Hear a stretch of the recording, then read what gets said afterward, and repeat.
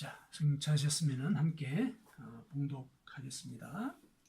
요한 1서 2장 15절에서 17절까지입니다. 이 세상이나 세상에 있는 것들을 사랑하지 말라. 누구든지 세상을 사랑하면 아버지의 사랑이 그 안에 있지 아니하니 이는 세상에 있는 모든 것이 육신의 정욕과 안목의 정욕과 이생의 자랑이니 다 아버지께로부터 온 것이 아니요 세상으로부터 온 것이라. 이 세상도 그 정욕도 지나가되 오직 아버지 하는 뜻을 행하는 자는 영원히 거하느니라. 아멘. 오늘날 우리가 언론을 통해서나 또 우리 자신의 직접적인 경험을 통해서도 알 수 있지만은 전반적으로 우리 사회의 분위기가 잔뜩 부풀려진 풍선처럼 짓눌러져서 또 막 터져버릴 것 같은 이제 그런 모습을 띠고 있는 것 이제 누구라도 이제 감지를 할 수가 있습니다. 우리 사회가 왜 이렇게 되었을까? 그 근본적인 원인은 이제 사람이 다른 사람을 자신과 동등한 존재로 인정하지 않는 그런 태도가 관습이 되었기 때문에 그렇습니다. 그 태도가 이제 차별과 억압을 정당화하고 또 그 결과 억압 당한 자들의 그 반발이 억압자들과 충돌하면서 사회 전체가 이 사랑이라고는 찾아볼 수 없는 아주 척박한 그런 환경으로 변해버린 것입니다. 그리고 또 사랑이라고 하는 그 말의 개념도 이제는 제도권 내에서 절차를 따라서 집행해야 되는 사업을 통해서나 구현되는 그런 일로 그 의미가 축소되어 버렸습니다. 사랑이라고 하는 것은 원래 자발적인 희생을 전제로 하는데 그 본질이 점점 더 희박해지고 있는 것입니다. 하나님은 인간을 사랑하셔서 이 땅에 인간을 모면고 오셨습니다. 이것은 하나님의 자기 비움, 그 영광을 버리고 죄인의 몸을 입으신 그 자기 비움이라고 하는 우주적인 사건이었습니다. 그 사건을 통해서 인간이 죄를 용서받고 또 하나님과 소통할 수 있는 그런 은혜를 얻게 되었습니다. 사랑이라고 하는 것은 이와 같이 자기를 희생해서 남을 살리는 그런 행위로 증명이 되는 것입니다. 하나님은 인간이 이러한 사랑을 서로에게 베풀면서 살기를 원하셨습니다. 하나님이 이 땅에 인간의 몸을 입고 오셔서 가르치신 것도 바로 그 사랑이었습니다. 이런 사랑이 이제 우리 사회에서 그리고 심지어는 교회에서조차 점점 소멸되어 가고 있는 현상이 오늘날의 현실입니다. 오늘 본문에서는 이제 그 원인이 우리의 본성과 관계되어 있다. 이렇게 암시를 해주고 있습니다. 그 말씀을 묵상하면서 우리가 사랑의 능력을 지금 잃어가는 그 자리에 있는 것은 아닌지 스스로를 돌아보는 시간을 가졌으면 좋겠습니다. 자, 하나님을 믿는 우리에게 사랑은 기독교의 교리로서 가르쳐지는 그런 개념 중에 하나가 아닙니다. 어떤 개념으로만 그치는 것이 아니란 말입니다. 이것은 인간의 몸을 입고서까지 하나님께서 가르치시고자 하신 바로 그 생명의 진리입니다. 요한복음 3장 16절에서 우리에게 일러주듯이 하나님이 세상을 이처럼 사랑하사, 이처럼이라고 하는 게 뭐냐면은 바로 뒤에 독생자를 주셨으니 이는 그를 믿는 자마다 멸망하지 않고 영생을 얻게 하려 하심이라. 독생자를 주셨다. 그래서 우리에게 구원을 베풀고자 하셨다. 이것이 하나님께서 우리에게 주고자 하신 그 사랑의 본질적인 모습이었습니다. 이렇게 인간에게 직접 사랑을 베푸셨기 때문에 이제 우리에게도 그런 사랑을 베풀며 살기를 요구를 하신 것입니다. 그래서 예수님께서는 생전에 제자들에게 서로 사랑하라고 계명을 새롭게 주셨습니다. 계명을 주셨다라는 이 말씀은 뭐냐면은 반드시 지켜야 한다.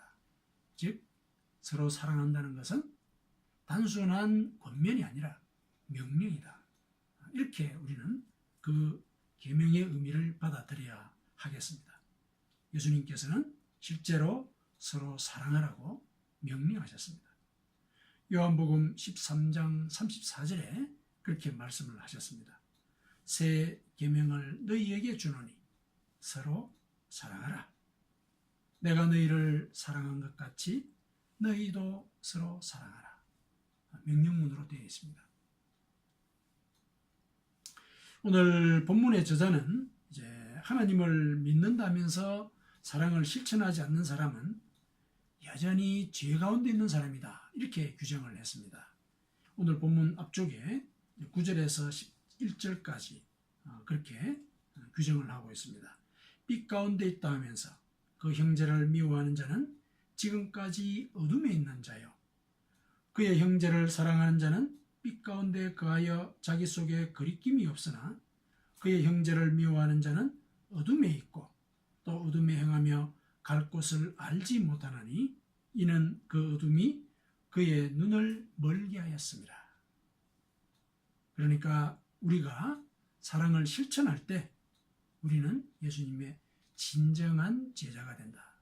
말로만 예수님의 제자다 이렇게 하는 것은 그야말로 명목상의 제자이고 실제로 우리 삶 가운데서 서로 사랑하는 그런 모습을 보일 때 우리는 진정한 예수님의 제자가 된다. 예수님께서도 그렇게 얘기를 하셨습니다.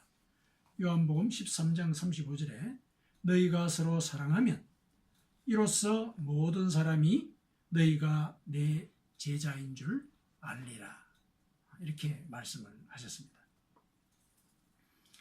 이 진실한 사랑의 모습들 또 위대한 사랑의 그런 사례들 우리 주변에서 많이 발견을 할 수 있습니다. 한 가지 예를 하나 들어보겠습니다. 일본의 목사님 중에서 우리 기억에 남는 한 분이 계신데 이제 그분의 이름은 이제 카가와 도요히코라는 분이십니다.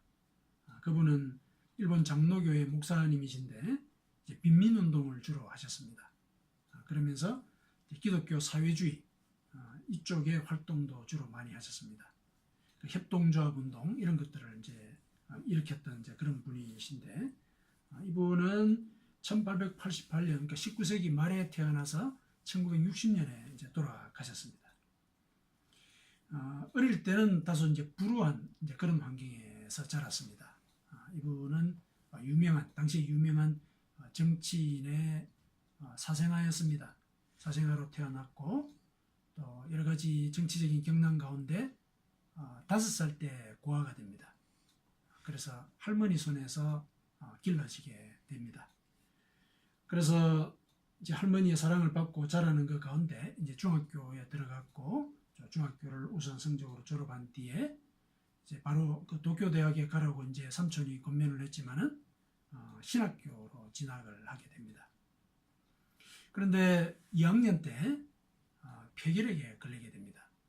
이 폐결핵은 그 당시에는 죽을 병이었습니다. 그래서 그 병에 걸리면은 사람들이 다 꺼리고 또 가까이 가지 않으려고 그러고 말도 섞지 않으려고 그러고 그래서 결국 죽을 날만 기다리게 되는 이제 그런 처지가 되는 그런 병인데 이제 그 병에 걸리게 된 겁니다. 그래서 좌절감에 절어 있는 이제 그 상황 속에서 학교에서도 네가 병이 다 나아야 다시 공부를 할 수 있다. 그래가지고 잠정적으로 휴학 처리를 해버렸습니다. 이제 오갈 데가 없게 된 겁니다. 그래서 이제 산골로 들어가서 이제 요양을 하고자 했는데 우연찮게 그 산골에 한 분 목사님이 계셨습니다. 이제 그분이 이제 나가오 마키 목사님이신데 그분은 이제 산속에서 어렵게 목회를 하고 계셨습니다. 이제 5년 동안 계속 목회를 하는데 신도는 이제 사모님하고 자녀 이렇게밖에 없었습니다. 그런 상황에서 5년간을 계속 이렇게 예배를 드리고 있었는데 어느 날 이제 예배를 드리는 날 이 도요히코 가가와 도요히코 그 당시 이제 신학생이죠. 신학생이 그 예배 자리에 가게 된 겁니다. 그리고 이제 예배를 드리고 난 뒤에 이제 이 나가오 목사님은 새로운 성도가 왔으니까 아주 반갑게 맞이를 한 겁니다. 그리고 이제 같이 식사를 하게 되는데, 식사를 하다가 이제 각혈을 하게 됩니다. 폐결핵이 이제 중증에 이제 접어들었기 때문에. 그런데 그때 이제 이 나가오 목사님이 일어나서 걸레를 가지고 와서 그 피를 다 닦고 이제 다시 상을 차립니다. 그렇게 해서 이제 자초지종 얘기를 듣고, 그러면 이제 나하고 같이 지내자. 그러면서 거기서 이제 그 나가오 목사님이 그를 간호를 하게 됩니다. 이때 이 가가와 씨는 이제 감명을 받게 됩니다. 아, 사랑이라고 하는 것이 이런 것이구나. 그래서 내가 이제 신학을 했던 것을 다시 해서 이제 나는 빈민을 위해서 헌신을 해야 되겠다. 이런 결단을 하게 됩니다. 그래서 결국 이제 그 폐결핵은 낫게 되고, 이 가가와 목사는 신학교로 다시 진학을 해서 빈민을 위한 그런 목사로서 활동을 하게 됩니다. 아주 헌신적으로 일했기 때문에 그 빈민을 위해서 헌신하는 가운데 폐결핵이 재발하게 됩니다. 그래서 이제 병원에서는 이제 너는 3년밖에 못 산다. 이런 이제 얘기를 들었는데, 결국 그 이 사람의 살아간 그 연도를 보니까 72세로 돌아가셨어요. 그래서 그동안 이제 빈민들을 위한 활동에 아주 이제 헌신을 하게 되었습니다. 그래서 그의 이제 설교를 들은 그 당시에 이제 기생들이 이제 기생 일을 그만두고 다 고향으로 돌아갔다. 뭐 이런 일화들도 많고, 이 사람과 관련된 일화들은 또 여러 가지가 있습니다. 그거는 이제 뭐 다른 기회에 한번 나누도록 하고요. 이 가가와 목사가 이제 무슨 얘기를 남겼나, 무슨 말을 남겼냐면은, 사랑이라고 하는 것은 남의 실패나 실수에 뒤치다거리를 하는 것이다. 이런 말을 남겼습니다. 이 나가오 목사가 이 가가와 목사를 처음에 사랑을 베풀었을 때, 사실은 나가오 목사는 가가와 목사의 실패를 뒤치다거리한 그런 사랑을 베풀었던 겁니다.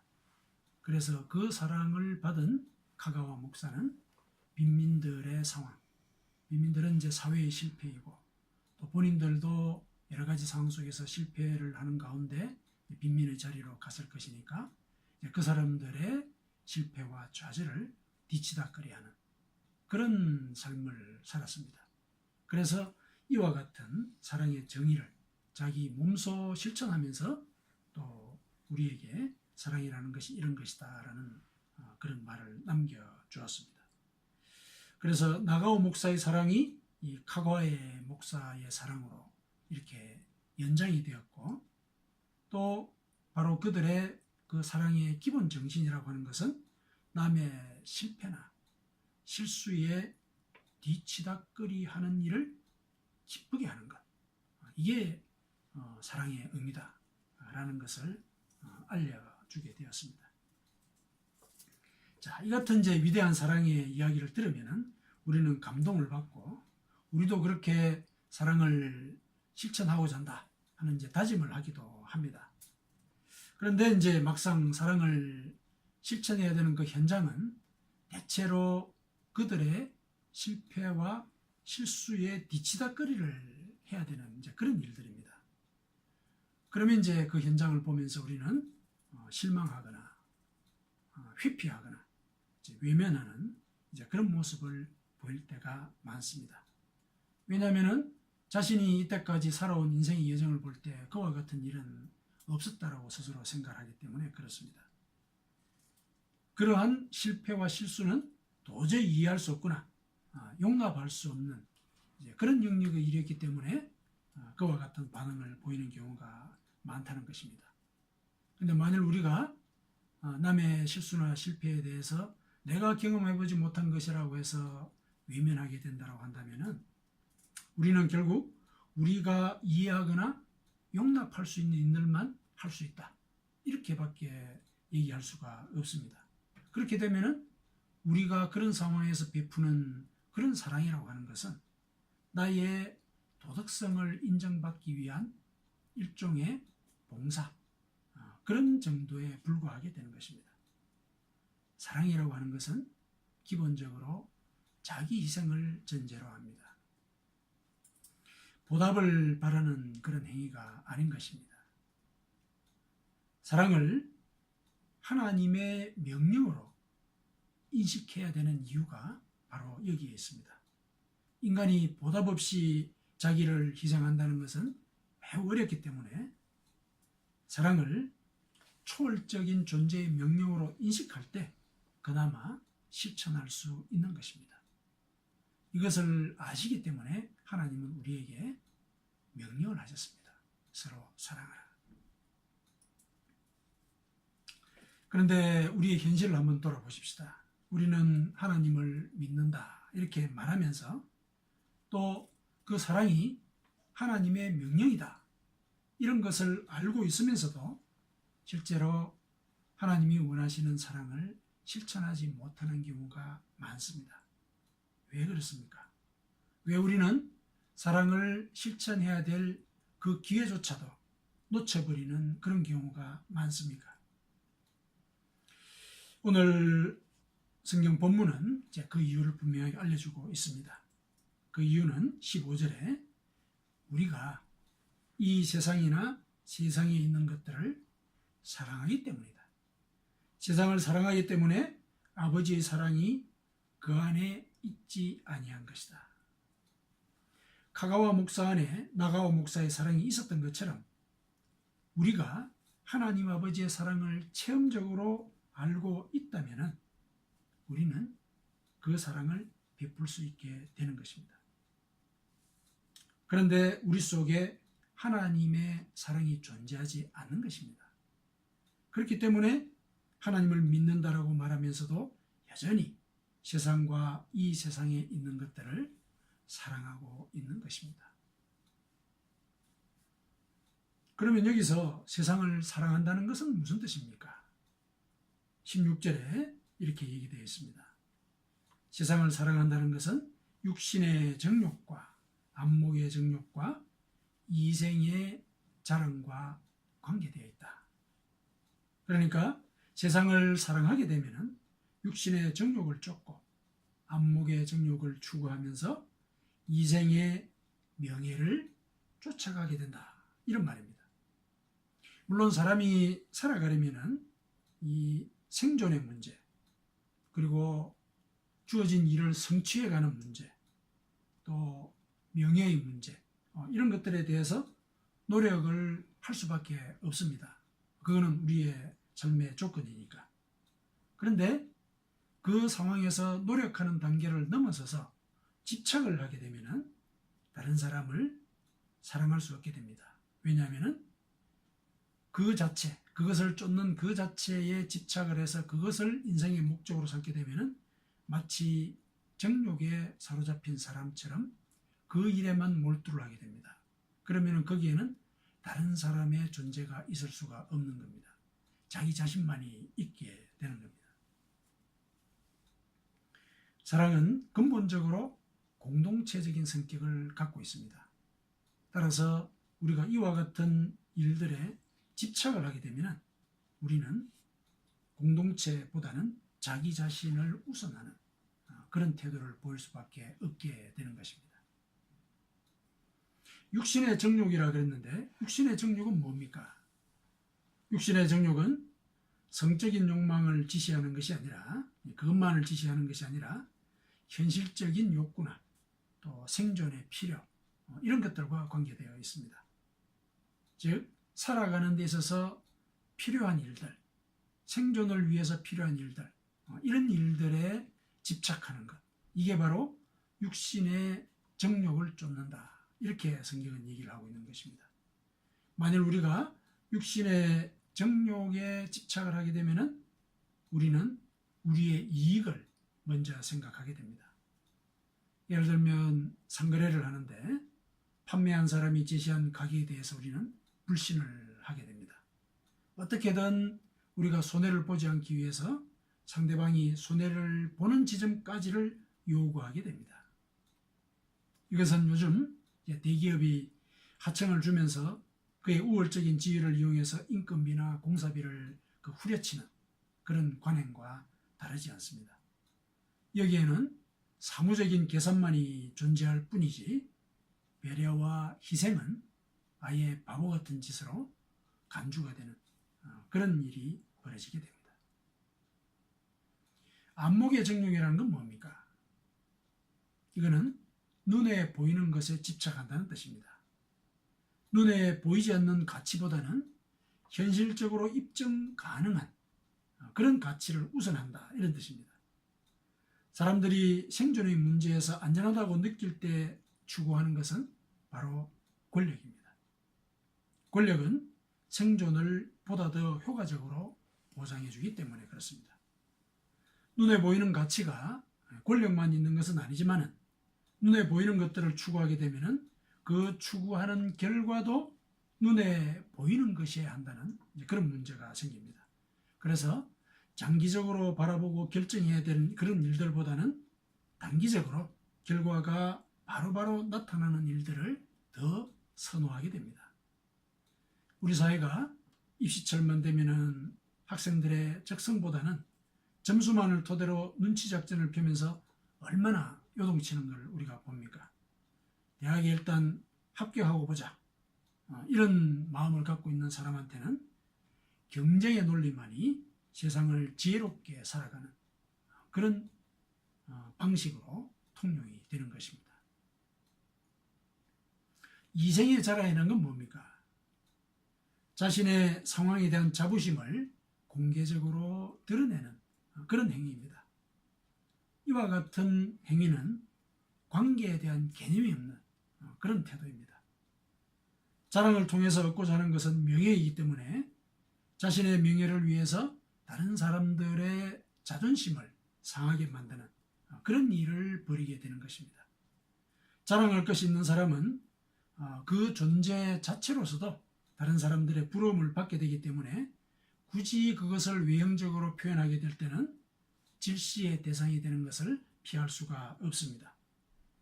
질투가 개입하게 되면 그들 간의 관계는 잠재적으로 우열의 관계가 성립이 되고, 사랑을 베풀더라도 우월한 자가 열등한 자에게 은혜를 베푸는 것처럼 이런 시혜의 단계가 성립이 됩니다.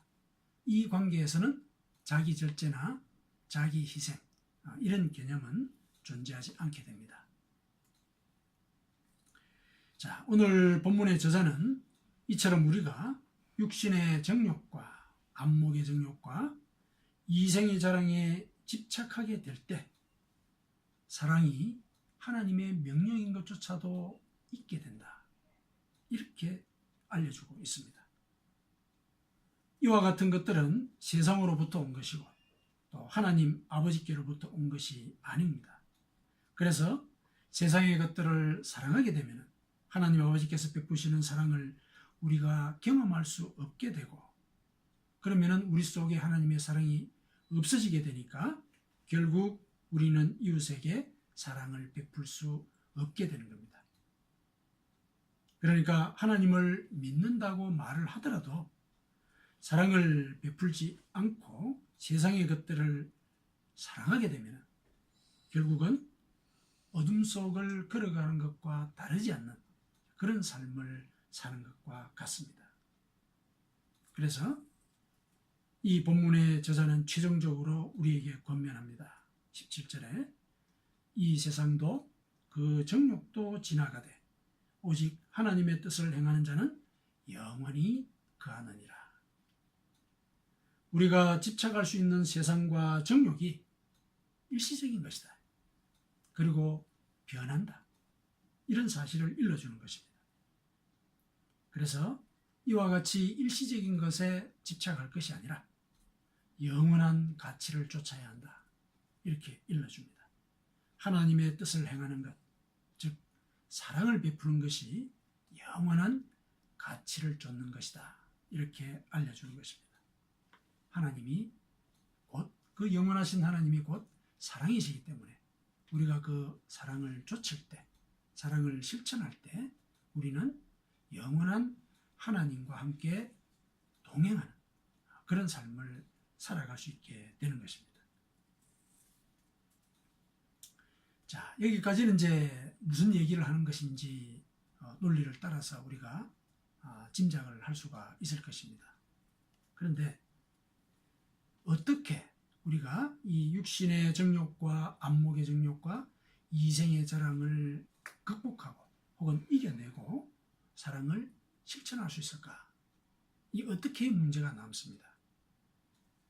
원래 우리는 이 일시적인 육신을 갖고 있는 존재로서 생존의 문제에 대해서 고민을 할 수밖에 없는 그런 존재입니다. 그래서 생존의 문제와 또 일에 대해서 성취를 해나가는 그런 성취의 문제와 또 성취하는 가운데 얻게 될 명예의 문제, 이런 것들에 대해서 관심을 두지 않을 수가 없는 그런 존재입니다. 그래서 그런 문제들 때문에 우리는 유혹을 자주 받기도 하고 시험에 빠지기도 하는 그런 존재입니다. 그것을 우리는 인정할 수밖에 없는데, 이와 같은 일들 앞에서 우리가 의지를 발휘한다라고 했을 때 과연 그 의지가 얼마만큼 지속할 수 있을까? 그 누구도 확신 있게 얘기할 수 있는 사람이 없을 것입니다. 여기에는 분명히 우리의 의지를 넘어서는 지지 세력이 있어야 할 것이다. 영원한 것을 추구하기 위해서는 영원한 존재의 지지가 필요하다. 사랑을 실천한다는 것, 이것은 바로 하나님의 뜻이기 때문에 하나님께서 우리가 사랑을 실천할 수 있도록 지혜도 주시고 능력도 주시면은 우리가 그 사랑을 실천할 수 있게 된다. 그런 말입니다. 왜 이렇게 얘기를 하느냐면은 이와 같은 원리가 성경에서 그리고 또 그 신앙의 선배들의 행적 속에서 많이 발견이 되기 때문에 그렇습니다. 한 가지 예를 들어보겠습니다. 2차 대전 당시에 이제 독일이 네덜란드를 점령을 했습니다. 거기에 이제 코리 텐 부음이라고 하는 여성이 살았습니다.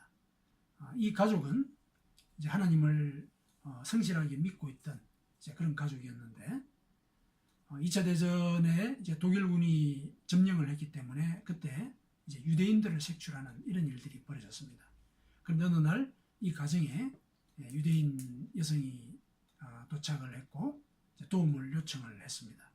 그래서 그 얘기를 듣고 그 집에 이제 서재를 변형을 해가지고 숨는 장소를 만들었습니다. 이 사람의 그 전기가 하이딩 플레이스라고 그러는데 집안에 벽을 걸어가지고 그 안에 사람들이 숨어 있을 만한 자리를 만들게 됩니다. 그래서 유대인들을 이제 숨겨주게 됩니다. 근데 나중에 그것이 이제 발각이 됩니다. 그래서 이 가족들이 공경을 당하게 되는데 특히 이제 이 코리하고 그녀의 언니인 베치, 엘리자베트 베치라고 그러는데 이 베치가 아주 악명 높았던 그 라벤스부르크라고 하는 수용소에 갇히게 됩니다. 여기는 이제 아우슈비츠하고 악명이 거의 비슷비슷하게 높은 그런 수용소인데 여기에 갇히게 됩니다. 여기에 갇혀서 이제 언니는 거기서 이제 학대를 당하고 고문을 당해서 죽게 됩니다.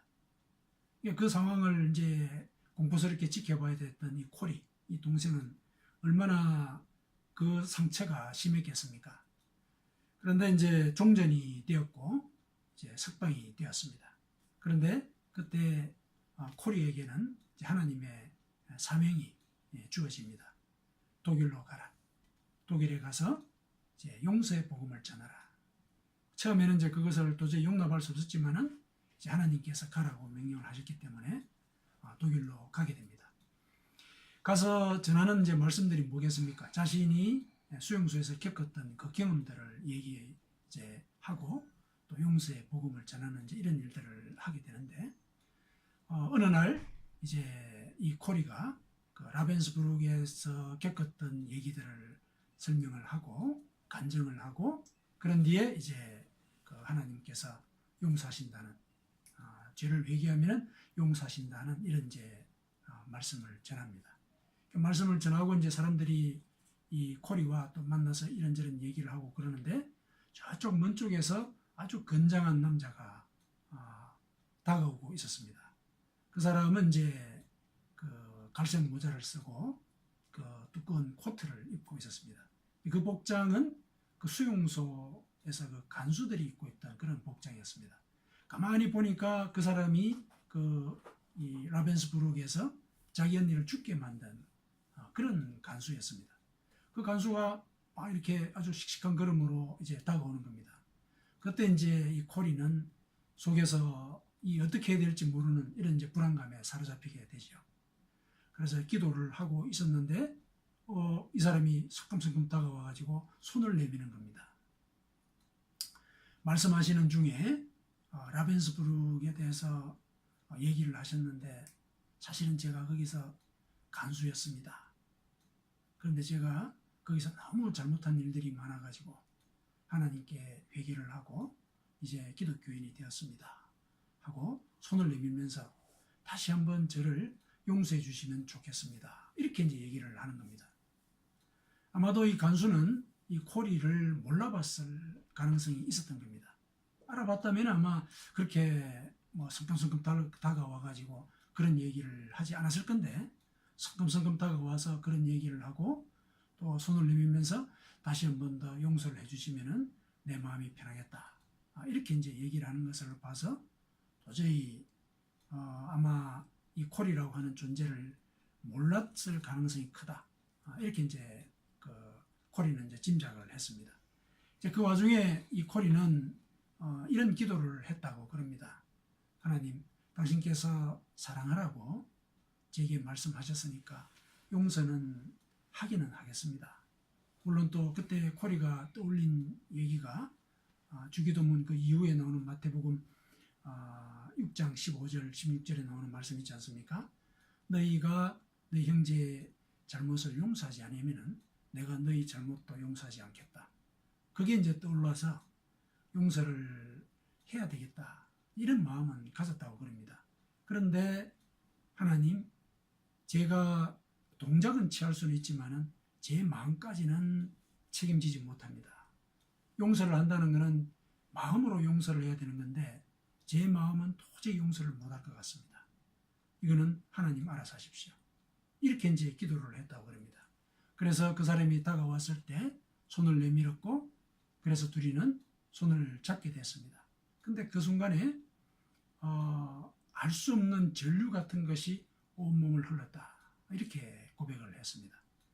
그래서 그 전류가 온몸을 사로잡고 흘러내려가고 난 뒤에 그는 이렇게 얘기를 했다고 합니다. 형제님, 진심으로 용서합니다. 이렇게 얘기를 했습니다. 그러니까 진심으로 용서를 할 수 있게 되었습니다. 그러고 난 뒤에 코리가 뭐라고 얘기를 하냐면은 용서를 진심으로 하는 것은 내 의지로 된 것이 아니었다. 성령께서 도우셨다. 성령께서 도우셔야만 진심으로 용서할 수 있다. 이런 얘기를 했습니다. 그래서 우리가 용서를 하고자 한다. 사랑을 실천하고자 한다. 이런 마음을 가질 수는 있습니다. 그런데 자기에게 상처를 끼치고 피해를 끼친 사람을 의지를 가지고 용서한다는 것, 진심으로 용서한다는 것, 이게 참 어려운 일입니다. 인간에게는. 그러나 하나님은 우리에게 우리가 할 수 없는 일들을 강요하지 않으십니다. 우리가 용서하겠습니다. 결단하고 마음을 하나님께 올려드리면 성령을 통해서 그 일을 하게 하신다는 겁니다. 그래서 그 사람과 진심으로 화해하고 함께 이웃이 되는 그 길을 하나님께서 만들어 주신다. 이것을 우리는 코리텐 붐의 그 일화를 통해서 확인할 수가 있습니다. 코리는 그러한 사랑의 원동력이 성령이다. 이렇게 고백을 한 것입니다. 우리가 하나님을 믿기 때문에 이웃에게 베푸는 그 사랑은 남녀 간의 연애적인 감정이 아닙니다. 자신의 생존과 성취와 명예를 희생하는 것이 전제되어 있는 그런 행위인 것입니다. 이러한 것들을 희생하는 것이 쉬운 사람은 아무도 없습니다. 모두가 다 이 문제 앞에서 고민하고 인간적인 노력을 기울이려는 본능적인 반응을 보이기가 쉽습니다. 그런데 우리는 서로 사랑하라는 하나님의 명령을 받은 자들입니다. 여기에 갈등이 생기지 않겠습니까? 이러한 갈등을 어떻게 극복하라고 얘기를 하시는 겁니까? 성령의 도움을 청하라고 이렇게 얘기를 하는 것입니다.